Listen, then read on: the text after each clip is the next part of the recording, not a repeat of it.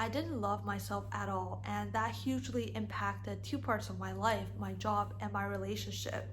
And I know talking about loving yourself is such a cliche, but I think most people don't know how to do it, including me in the past.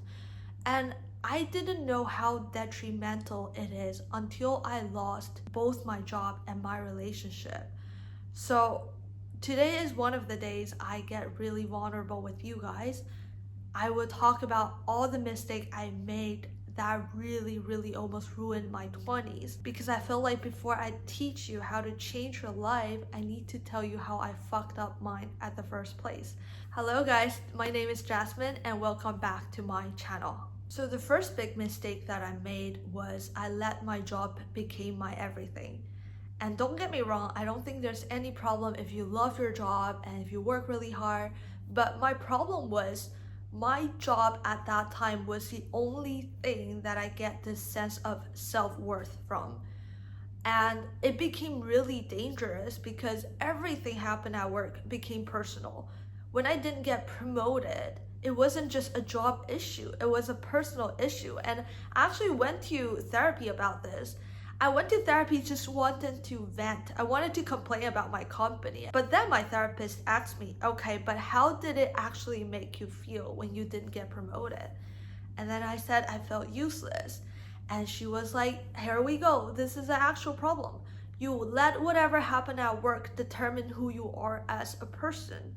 And what's worse is at that time, I didn't even have any passion. I don't do anything outside of work.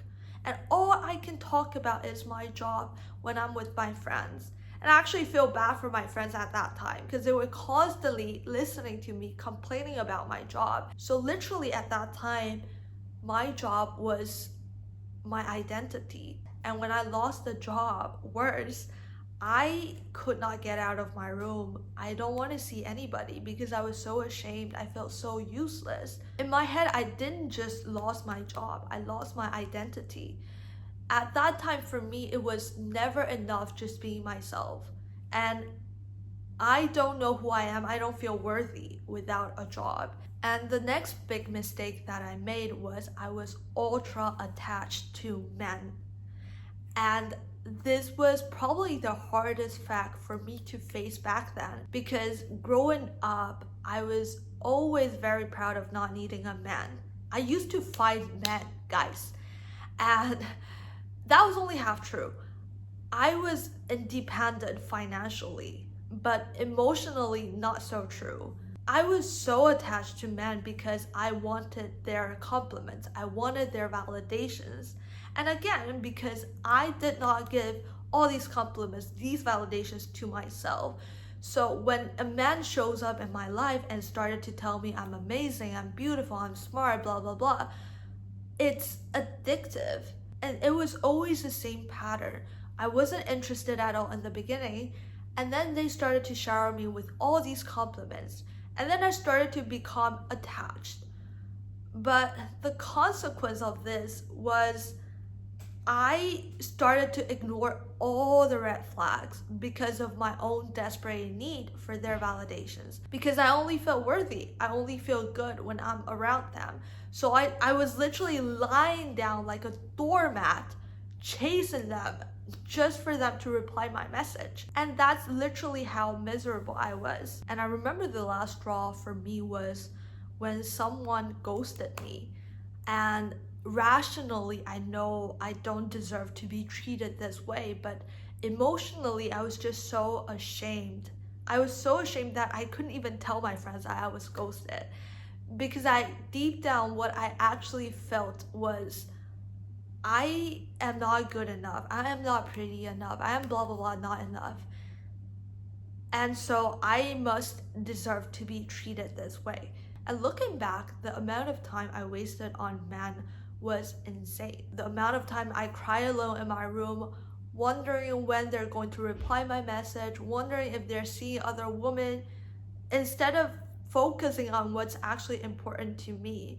But it wasn't their fault. It was just because I had a broken relationship with myself. And the next mistake I made was I never let myself have fun. It's so Asian, right? So I used to believe that there's a certain destination, a certain point in life. If I just get there, then I can have fun, then I could be happy, then my life would not have any problems at all. And for me, it used to be getting my dream job. So at that time, every day I woke up, all I could hear is, you haven't achieved your goals. Wake up, work harder, don't rest. And I wasn't motivating myself, I was shaming myself for not achieving my goals. And to be honest, I think I wanted to be miserable, because what if I actually had fun right now? What if I actually enjoy my life right now? Would I lose all the drive to become better, to achieve my goals? So my job or my goals becomes the problems of my life. And which is also why when a man show up in my life and like take me to places, I would be like, ha ha ha, this is so fun, and I get more attached. Like everything is connected. And the moment I realized this is such a big mistake was when I finally achieved that goal, when I finally get that job I wanted for 2 years. But I looked around, there's nobody around me anymore. My friends are not with me anymore.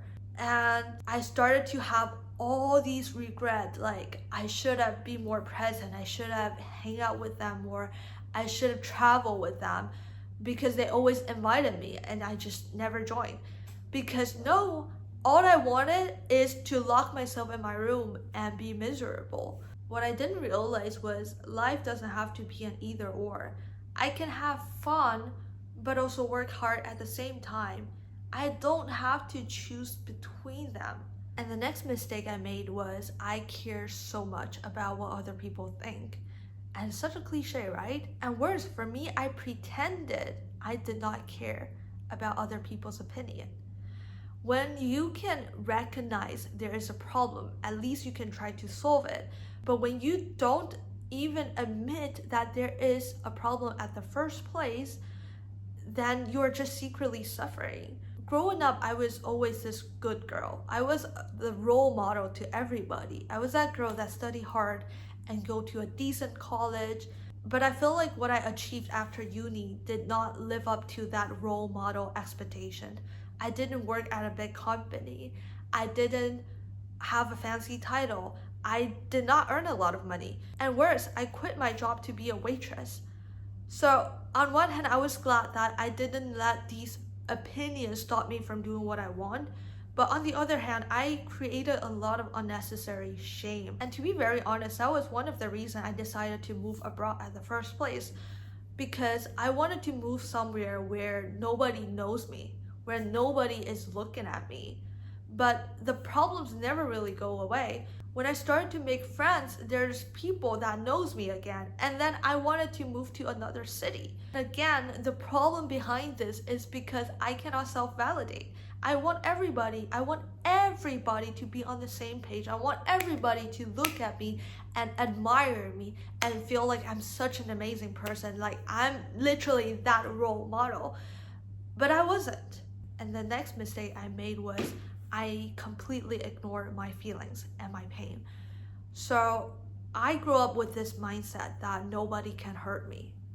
I never allowed myself to feel sad, to feel heartbroken, to feel frustrated over something that somebody did to me. Having feelings feels like a weakness to me. I cannot feel sad over what my classmates said to me. I cannot feel heartbroken over what this guy did to me. But what I didn't realize is we cannot control our feelings. We can either face it or avoid it. And obviously what I did is completely avoid it. But my body was handling so much pain caused by everything I just mentioned above. I did not love myself. I judged myself too hard. I don't know how to self-validate. I care too much about what other people said. All these things created pain in my body. But because I never let myself to admit I have feelings, so I never address it. But if I can just address these pain every time it showed up, I can actually solve the problems and the problems won't show up again. But because I didn't, the pain just started to accumulate in my body. until it reached a point that my body just cannot handle it anymore. My body just completely shut down, and I just spent days crying in my room, and I tried to use all my willpower, but I could not even get out of my bed. And before we end the video, I again want to be very honest with you guys. I was really hesitant about making this video in the beginning because who will want to hear me talking about my mistake for 10 minutes? Everybody wants solutions these days. Everybody wants how-to videos. But I think eventually we all learn from our own mistake. But sometimes we don't want to admit that we actually make mistakes. So if I can sit here and talk about my mistake to you, then probably it's not so scary for you to look at your mistake, and especially look at it without judgment, without shame, but pure compassion and curiosity. Because I think as human beings, we tend to not like to look at the part of ourselves that is imperfect, that doesn't look beautiful. But ironically, these are usually the part that needs the most attention and love. So yeah, I hope this video helped you in some ways, and I'll see you guys in the next one. Bye now.